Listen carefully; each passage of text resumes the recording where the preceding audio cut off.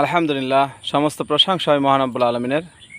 আমি আজকে বলতে চাচ্ছি রাসেলস ভাইপার যে সাপটা, যে বর্তমান সাপটা সব জায়গায় যে ছড়াইতেছে, এই সাপের বিষাক্ত বিষয় নিয়ে।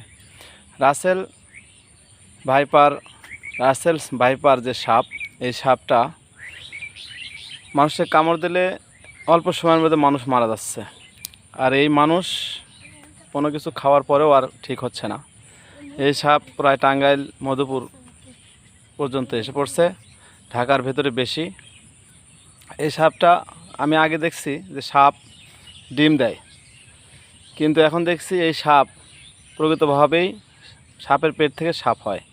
একটি সাপ 50 থেকে 60 বা 70 বা 40 বা 30 এরকম করে বাচ্চা দিতেই থাকে, তাদের পেট থেকে বাচ্চা বেরিয়েতেই থাকে। মারা যাওয়ার পরেও এর পেট থেকে বাচ্চা বের হয়।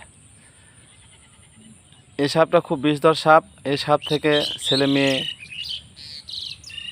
ছেলে মেয়েদেরকে হেফাজতে রাখবেন।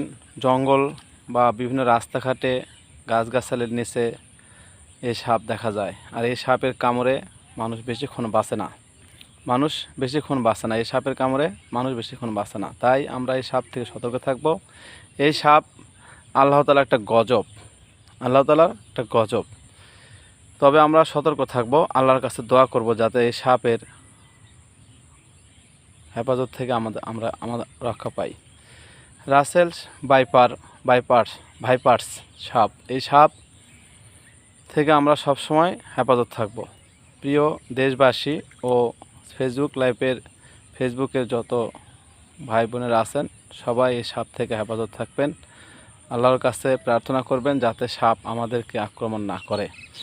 বর্তমানে এটা একটা মহামারী আকারে ধারণ করেছে। প্রায় 70-80টি জেলায় এই সাপের আক্রমণ দেখা গেছে।